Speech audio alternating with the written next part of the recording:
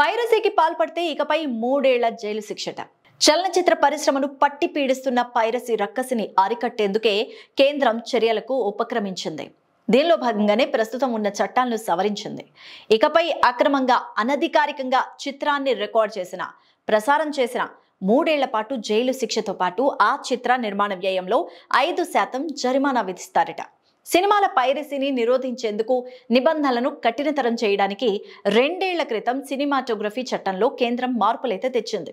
ఇక ఆ సవరణల ప్రకారం పైరసీకి కనీసం 3 నెలలు జైలు శిక్షతో పాటు 3 లక్షల జరిమానా విధిస్తారు.